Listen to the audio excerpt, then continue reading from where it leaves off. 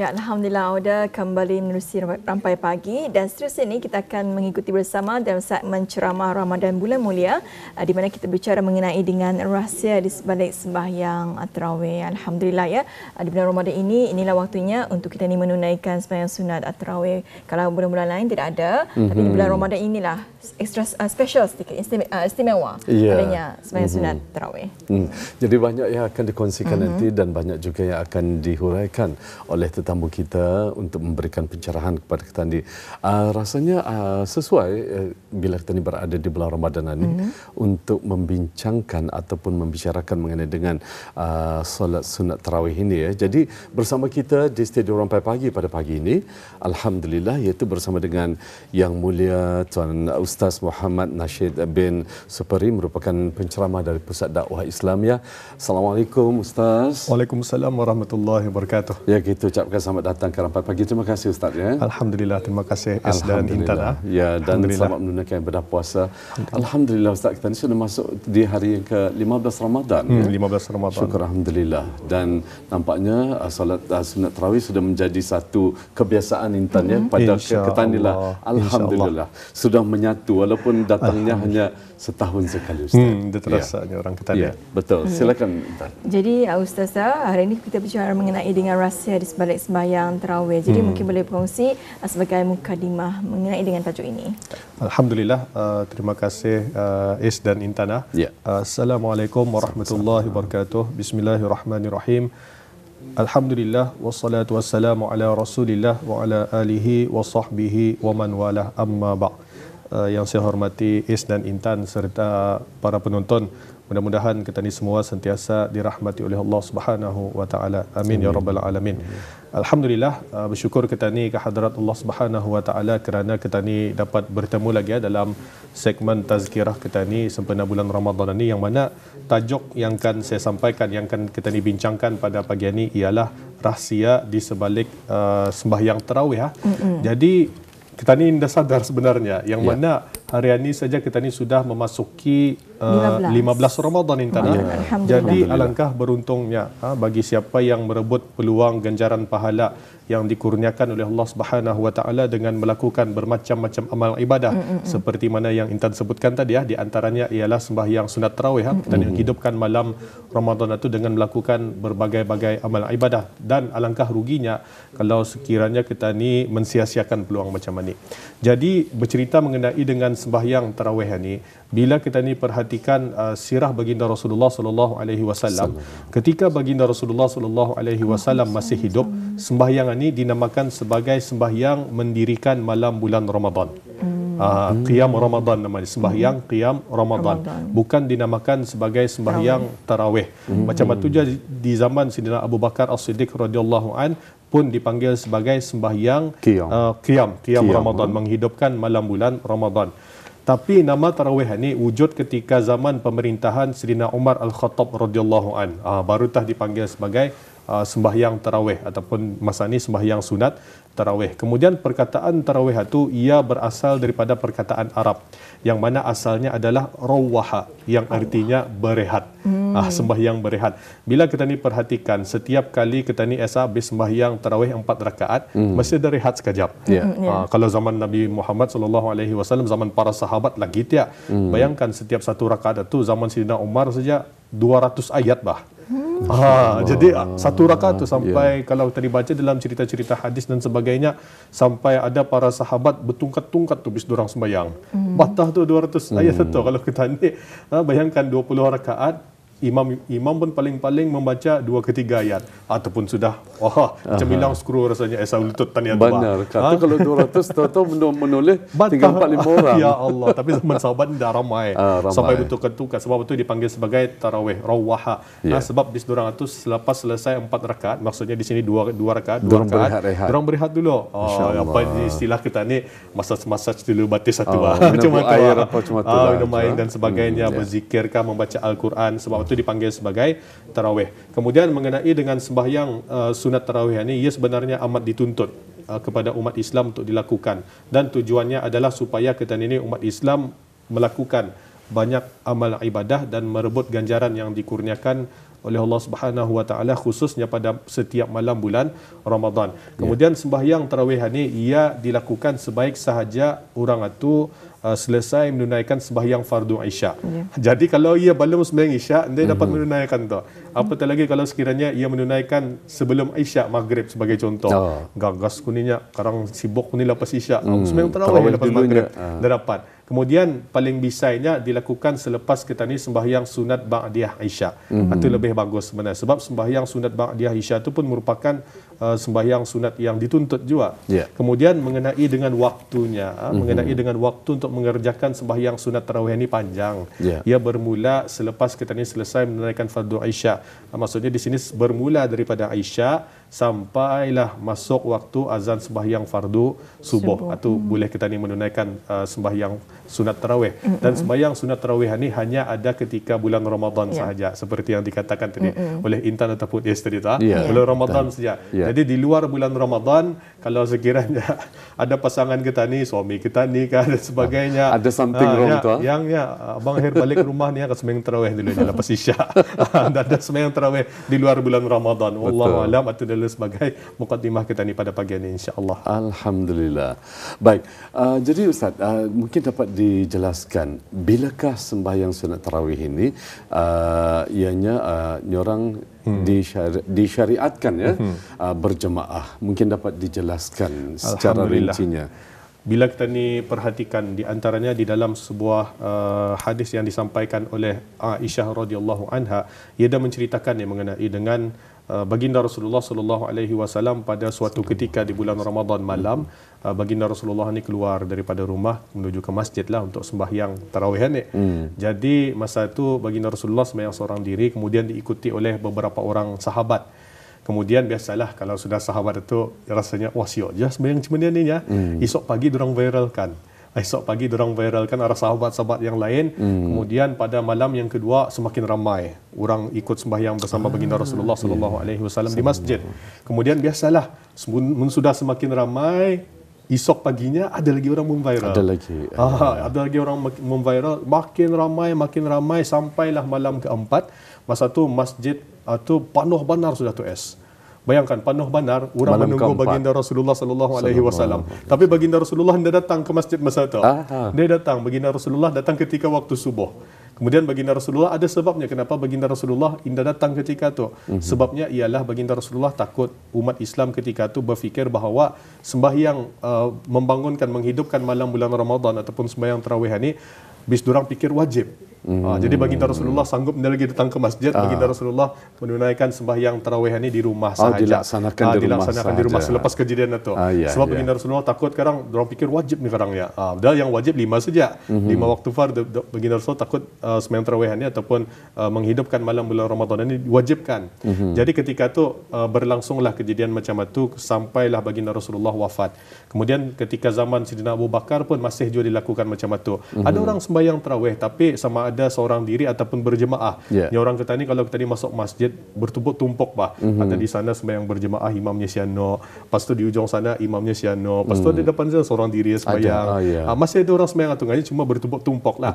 Sampai zaman Sidina Abu Bakar, kemudian masuk di zaman Sidina Umar Al-Khattab radhiyallahu an. Kemudian diceritakan oleh seorang tabi'in, anak murid kepada Sayyidina Umar Al-Khattab radhiyallahu an yang bernama Abdurrahman bin Abdul Qari, yang menceritakan pada satu ketikanya ia berjalan sama Sayyidina Umar ini menuju ke masjid. Kemudian Sayyidina Umar melihat ramai orang sembahyang tarawih tapi berkelompok-kelompok. Dilihat di sana, siapa tu sembahyang imam. Sana ada lagi imamnya. Bayang dalam satu masjid di sana banyak imam. Ada kelompok. Masjid besar tapi imamnya 10 orang dalam itu. Jadi ada yang sembahyang seorang diri apa. Jadi Sayyidina Umar membuat keputusan, katanya alangkah baiknya kalau sekiranya dorang ini ditamukan, disatukan sebagai satu jemaah dan diimamkan oleh di antaranya Ubay bin Ka'ab radhiyallahu an. Jadi ujungnya dipersetujui, maka bermulalah sembahyang tarawih secara berjemaah ketika itu. Jadi maksud saya di sini tidak salah lah kalau sekiranya kita ni kan mengerjakan sembahyang tarawih itu secara seorang diri, tapi lebih baiknya kita ni mengerjakan sembahyang tarawih itu secara berjemaah. Hatta berjemaah itu sendiri kita ni pun tahu banyak kelebihannya kan, pahalanya dan sebagainya. Kemudian kadang-kadang seorang ni kekhusyukan. Masalah khusyuk. Kadang-kadang kita ni pun berapa rakaat sudah tarawih cuma tu lupa. Tapi kalau sekiranya kita ni sembahyang berjemaah, apatah lagi di masjid, di rumah pun okey juga, tapi di masjid lebih afdal, lebih bersemangat dan sebagai lurus tu ada auranya ni orang kita ni ada auranya, maka atulah lebih ni orang kita ni atulah lebih baik kita ni kerjakan di masjid berbanding kita ni mengerjakan seorang diri di rumah. Tapi kalau sekiranya di rumah sama keluarga pun alhamdulillah juga. Tapi kalau sekiranya keluarga kita ni tu dapat dibawa ke masjid, silakan dibawa ke masjid. Kecuali kalau sekiranya keluarga kita itu perempuan yang boleh mendatangkan fitnah dan sebagainya, tu bolehlah sembahyang di rumah. Wallahu a'lam, insyaallah. Baik, yang mulia Ustaz, sebelum bersama dengan Intan ya, mungkin reverse sedikit. Sewaktu baginda Rasulullah sallallahu alaihi wasallam melaksanakan ataupun melakukan sembahyang sunat tarawih itu di rumah, tiba-tiba ada tak para sahabat yang tertanya-tanya? Mungkin dapat dijelaskan, ini ke mana baginda Rasulullah? Ada tak? Mungkin dapat diceritakan sedikit supaya macam diorang mencarikan tu. Jadi baginda memberi jawapan, ada tak momen itu? Sebenarnya diorang tahu tu. Kan tahu. Masjid sama rumah Nabi sebelahnya balah saja sebenarnya. Kan tadi tahu masjid sama rumah Nabi itu sebelahnya balahnya itu. Mana mengalih berjalan tu. Jadi diorang tahu yang baginda Rasulullah itu menyambung sembahyang tarawih di rumah, sebab ada saya baca dalam beberapa buah hadis yang mana ketika tu sahabat, biasalah diorang ni kadang-kadang pandai je mencuri-curi dengar ni. Yang mana habis diorang mendengar ada macam bunyi atau ada hadisnya yang mana habis durang kedengaran baginda Rasulullah membaca sembahyang masa tu. Baginda Rasulullah sembahyang ada masa tu. Okey, baik. Alhamdulillah, insyaallah. Alhamdulillah ya. Jadi ustaznya mengenai dengan perkara ini, iaitu rahsia di sebalik sembahyang tarawih, mungkin boleh berkongsikannya. Mungkin ada yang mengetahui, tapi mungkin lebih lagi kalau ustaz menerangkan apakah antara kelebihan ataupun fadilat sembahyang sunat tarawih ini. Masya Allah. Bila kita ni perhatikan sembahyang tarawih ini termasuklah dalam perbuatan hasanah, perbuatan yang berkebajikan. Jadi di antara fadilat sembahyang tarawih itu bila kita ni perhatikan di dalam Al-Quran, terutamanya di dalam surah Al-An'am. Jadi Allah Subhanahu wa taala ada berfirman kan di sana, man jaa bil hasanati falahu asyru amsalha wa man jaa bis sayyiati fala yujza illa mithlaha wa hum la yuzlamun. Sesiapa yang membawa amal kebaikan di akhirat nanti, Allah Subhanahu wa taala akan memberikan ganjaran 10 kali ganda daripada amalnya. Kemudian sesiapa yang membawa amal keburukan di akhirat nanti, Allah Subhanahu wa taala akan membalas satu saja. Maksudnya di sini satu dosa, satu perbuatan keburukan, satu dosa, dan Allah Subhanahu wa taala tu tidak akan menzalimi kita ni. Jadi di sini sembahyang tarawih itu merupakan amal kebajikan. Sekali kita ni melakukan sembahyang tarawih itu pahalanya banyak benar, dan kemudian fadilatnya lagi seperti mana yang tadi baca dalam hadis-hadis baginda Rasulullah, kelebihan malam bulan Ramadan di antaranya man qama Ramadan imanan wa ihtisaban ghufira lahu ma taqaddama min dzambih. Siapa yang menghidupkan malam bulan Ramadan itu dengan melakukan amal ibadah, dengan mengharapkan dengan keimanannya kepada Allah Subhanahu wa taala dan mengharapkan keridhaannya, nescaya akan diampunkan dosa-dosanya yang terdahulu. Atau kelebihannya tu kadang-kadang ia tersebut waktu kita ni semangat sembahyang tarawih ni. Macam mana lagi cara yang paling mudah untuk kita ni menghapuskan dosa-dosa kita ni dahulu tu bah. Bayangkan dalam sebelum bulan Ramadan ni 11 bulan kebelakangan ni, kita ni dah tahu bah berapa banyak dosa yang kita ni lakukan, kita ni tahu. Kita ni terkira hakikatnya. Tapi Allah bagi kita ni peluang, asal kita ni melakukan, menghidupkan malam bulan Ramadan itu dengan melakukan amal ibadahkah, amal kebajikankah, amal solehkah, dosa kita itu akan dihapuskan oleh Allah Subhanahu wa taala. Itu yang diriwayatkan oleh Imam Muslim. Sebenarnya hadisnya panjang tu. Kemudian ada lagi satu hadis yang diriwayatkan oleh Imam An-Nasa'i, ada tambahan sedikit. Hadisnya lebih kurang sama macam yang saya sampaikan tadi, cuma ada tambahan sedikit. Bila dosa kita ni dihapuskan oleh Allah Subhanahu wa taala, umpama kita ni baru dilahirkan oleh ibu kita ni. Bayangkan kita ni tu macam yang orang kata ni kembali kepada fitrah suci, bersih dan sebagainya. Itu di antara kelebihan apabila kita ni menunaikan sembahyang tarawih. Samalah juga kalau sekiranya termasuklah juga dalam ibadah-ibadah yang lain tu, seperti kita ni menghidupkan malam bulan Ramadan itu dengan bertadaruskah, dengan berzikir, beriktikafkah, ataupun menghadirkan diri kita ni ke dalam majlis ilmu. Hatta masa ni majlis ilmu ada kan yang diadakan pukul 9.30, pukul 10 melalui Facebook ataupun Instagram pun ada, TikTok pun ada dan sebagainya. Apatah lagi kalau sekiranya kita ni beriktikaf, kemudian kita ni qiyamul lail dan sebagainya, kemudian kita ni banyak bersedekah pada malam tersebut, ataupun juga dikira sebagai amal-amal al-hasanah, amal-amal kebajikan, dan ianya juga boleh menghapuskan dosa-dosa kita ni yang terdahulu. Wallahu a'lam. Insyaallah. Alhamdulillah ya. Baik, Jadi apabila kita nak ambil peluangnya, rebut peluang ini untuk kita ni menunaikan sembahyang sunat tarawih ya. Kemudian beralih pula kita ni Ustaz yang mengetahui ada yang juga mungkin tertanya-tanya Intan ya, yang mungkin baru belajar lah, terutama sekali saudara baru kita ni yang baru mulakan ibadah puasa pada tahun ini ya, dan juga menunaikan ibadat yang dituntut di sepanjang bulan Ramadan ini, iaitu antaranya salat sunat tarawih ini. Jadi berapakah sebetulnya Ustaz sebenarnya jumlah rakaat sembahyang sunat tarawih ini dalam mazhab Syafi'i? Masya Allah. Yang kita diperhatikan Esa di Brunei ini ada orang mengerjakan 20 rakaat dan ada juga yang mengerjakan 8. Popular. Itu popular benar tu. Sebab itu kalau siapa yang berniat berazamkan sembahyang 20 tu, lepas selesai 8 rakaat jangan tertulis-tulis kiri, jangan tertulis-tulis kanan, payah kerang.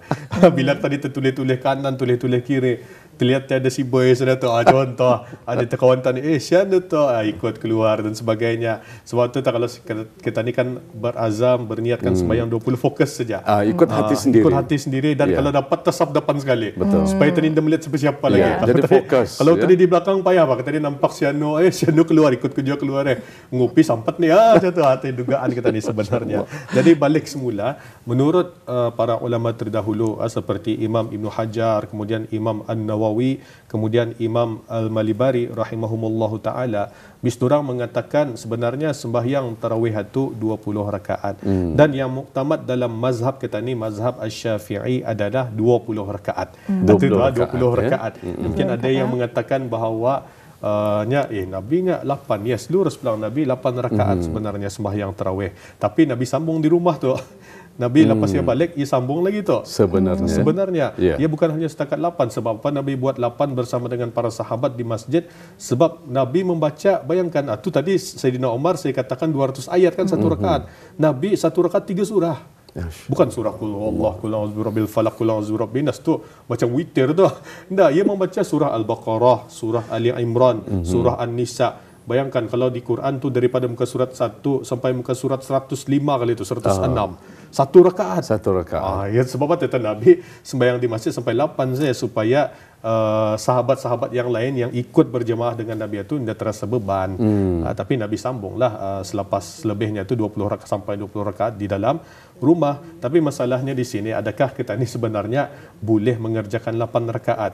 Jawapannya ialah boleh. Dia jadi masalah. Bila kita ni perhatikan di antaranya dalam kitab Bughyah Al-Mustarsyidin mengenai melakukan sebahagian sembahyang tarawih, yang mana dikatakan di sana barang siapa menunaikan sebahagian sembahyang tarawih, maka dia akan mendapat pahala tarawih itu sebagaimana disebutkan di dalam kitab Tuhfah. Kemudian Ar-Rashidi pula menambah, sekalipun orang itu bermaksud untuk memendekkannya. Jadi kita ni sembahyang 8 pun okey, boleh sebenarnya. Cuma bezanya di sini apa tu yang paling jelas? Pahalanya berbeza. Orang sembahyang 8 pahalanya sekian-sekian, orang yang sembahyang 20 pun sekian-sekian. Kenapa boleh sembahyang 8? Pernah terjadi yang diceritakan oleh sahabat baginda Rasulullah yang bernama Jabir radhiyallahu an mengenai dengan Ubay bin Ka'ab. Jadi Ubay bin Ka'ab ini pada satu ketika malam bulan Ramadan ketika itu ia berjumpa dengan baginda Rasulullah. Ia meluah baginda, katanya, ya Rasulullah, di malamnya ada sekumpulan perempuan, katanya, jumpa akunya. Katanya dorang ni dah fasihnya membaca Al-Quran. Jadi dorang mau aku, kata Ubay, katanya dorang mau akunya untuk mengimamkan bis dorang ni sembahyang tarawih ni. Kemudian apa pendapatmu ya Rasulullah? Kemudian Rasulullah tidak ada apa-apa. Baginda Rasulullah okey-okey saja. Maksudnya di sini indah jua menagur apa, yang penting baginda Rasulullah menampakkan keadaannya ya redha dengan keadaan itu. Artinya boleh juga 8 kan, atau menunjukkan tidak ada masalah lah. Tapi sayang je tu Intan, Allah bagi kita ni peluang pahala yang besar di bulan Ramadan ni. Cuma ni tas saja, ini tips sajalah daripada saya. Kalau sekiranya kita ni rasa mengalih sembahyang tarawih itu, contohnya 8 rakaat, 10 rakaat, berehat dulu sekejap, kemudian baca Al-Quran ke dulu, urut-urut baptis ke dulu dan sebagainya. Kemudian sambung. Ingat saya di tempat saya belajar dulu, bis durang sembahyang tarawih itu 8 di masjid. Tapi 8 itu orang pecah 2 tu biasalah 4-4 kan. Tapi selepas 4 rakaat ada ceramah lagi. Ceramah itu sejam kadang-kadang. Bayangkan, lepas ceramah baru tak menyambung rakaat seterusnya, menghabiskan 8. Artinya ni orang kata ni namanya sembahyang tarawih kan, santai-santai. Sebab itu kata ni kalau mengalih, tapi kan mau je menghabiskan 20 rakaat, berehat dulu sekejap. Itu yang mengamalkan macam itu supaya tidak bergagas. Tapi ada je orang jadi saya teruskannya saja supaya apa? Alang-alang sudah di sini di masjid berimam kan apa? Ada je orang meneruskan sampai 20. Yang penting kita ni harus yakin. Yang mana pasang dalam hati kita ni, tanam dalam hati kita ni. Kalau saya sendiri ingat saya berapa banyak dosa yang saya telah lakukan duluan ni, inilah di antara cara saya menghapuskan dosa saya dengan mendirikan 20 rakaat sembahyang sunat tarawih insya-Allah. Itulah di antaranya. Jadi janganlah sampai Intan kalau diberi peluang untuk berehat, jangan sampai tertidurlah. Kalau setakat untuk membaca Al-Quran ataupun mungkin mengambil masa untuk orang menenangkan otot segala itu boleh. Takut kalau tertidur, tahu-tahu sadar untuk bangun sahur. Habis waktu itu. Baik, mungkin Intan ingin tanyakan kalau sudah tarawihnya terlaksana, apa yang akan dibuat? Dan ini diserjukan juga dengan sembahyang sunat witir ni. Mungkin boleh kongsikan macam mana? Kalau sekiranya orang itu sembahyang tarawih, contoh tadi ambil 8 rakaat. Kali katanya kan buat witir. Kemudian kan buat witir. Saranan macam mana? Jadi ya banyak ada khilaf pelang di sini ni Intan. Ada hadis Nabi juga yang mana masa tu sahabat dengan baginda Rasulullah sembahyang sunat tarawih 8 rakaat, kemudian tarus witir. Ditutupnya dengan witir, tapi balik ke rumah dorang sambung balik sembahyang tarawih. Ya tak khilaf di sini ni, ada khilaf di sini. Tapi ada juga yang berpendapat apabila kita ni sudah menutup dengan witir, tidak lagi dapat kita ni menunaikan apa-apa sembahyang sunat khususnya, melainkan kalau sekiranya kita ni tidur dulu, lepas itu bangun qiyamul lail itu namanya. Qiyamul lail macam tidur pukul 10, kemudian bangun pukul 1:30 ataupun pukul 2, itu boleh sebab kita ni sudah tidur. Kemudian ditutup lagi dengan witir. Wallahu alam, sebenarnya perkara ni khilaf pulang ya. Perkara ni khilaf. Itulah yang setakat saya tahulah, insya-Allah. Kemudian sedikit Ustaz, kalau ada mungkin kemuskilan orang yang dah sempat berjemaah, maksudnya menunaikan fardu Aisyah di rumah. Kemudian dia baru tiba-tiba datang di masjid. Waktu itu para jemaah lain sudah menunaikan solat tarawih. Jadi macam mana ikan masbuk ni? Mungkin dapat dijelaskan. Selesaikan dulu Apakah Isya. boleh? Selesaikan Apakah dulu ia boleh berjemaah? Sedangkan imam melafazkan niat tarawih dan ia masbuk tapi melafazkan niat Isya. Kalau saya lah, kali pandangan peribadi sajalah. Lebih baik sendiri. Kalau saya ambil jalan selamat, sebab tadi tahu sembahyang tarawih sudah bah. Lainlah kalau sekiranya dalam keadaan musafir, apa kan tadi anda tahu kan? Ini ada macam kekeliruan. Mungkin dapat dijelaskan. Adik tadi tahu sudah kan dia sembahyang tarawih. Jadi sebaik-baiknya selesaikanlah sembahyang atau sembahyang Isya dulu di belakang ya. Sebab Isya tu kan wajib, utamakan yang wajib. Sama lah macam kita ni kan puasa sunat 6 nanti bah. Kalau sekiranya orang itu masih ada perkara yang perlu diqadanya, dan disebabkan oleh ia sengaja meninggalkan puasanya, itu bukan disebabkan oleh sakit apa, mana dapat puasa 6 je kan, mana dapat puasa sunat, mesti selesaikan je, samalah apatah lagi kalau sekiranya sembahyang. Tapi itulah kalau saya sendiri secara peribadi, kalau sekiranya saya tahu imam itu sudah sembahyang tarawih, saya akan sembahyang seorang diri di belakang. Tapi kalau ada lagi member, kalau ada lagi orang-orang yang lain, contohnya jemaah lain sama dia sembahyang malam, sembahyang Isya, bawa yang berjemaah.